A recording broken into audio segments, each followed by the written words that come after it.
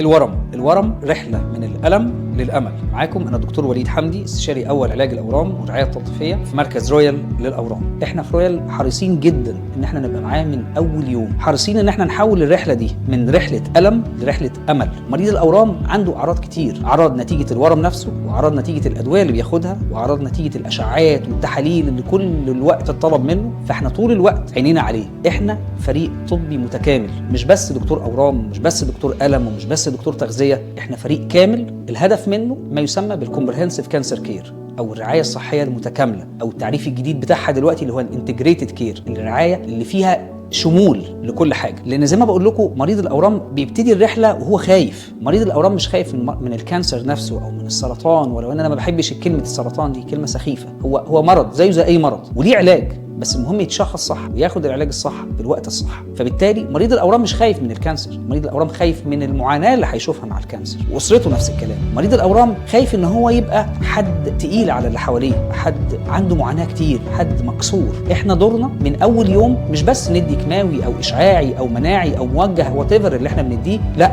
احنا دورنا ان احنا نحافظ عليه كهيومن بينج، كبني ادم ليه حق في انه يعيش كويس. دي اللي احنا بنسميها الكواليتي اوف لايف او جوده الحياه. هي دي الفكره. مريض الاورام عايز يعيش كويس طول ما هو موجود على قيد الحياه، وعايز يعيش كويس. قد ايه بقى بتاعت ربنا سبحانه وتعالى. احنا دورنا ان احنا نساعده على قد ما نقدر ان هو يعيش كويس بدون معاناه، نخفف عنه المعاناه. دي اهم حاجه في رحله الاورام، وهي دي اللي تقدر تخلي رحلتك كمريض اورام ايا كانت المرحله اللي انت فيها تتحول من رحله فيها الم الى رحله فيها امل. وبالتالي لو تم تشخيصك ان عندك ورم ايا كان نوع الورم، ايا كانت المرحله بتاعته، احنا معاك، هنقف جنبك وهنساعدك في التشخيص في العلاج لحد ما ربنا يكتب لك الشفاء والتعافي. المهم ان يبقى عندك الرغبه في انك تبقى كويس، المهم ان يبقى عندك الرغبه في الشفاء. ربنا يحفظكم جميعا ويمتعكم بكل الصحه والخير.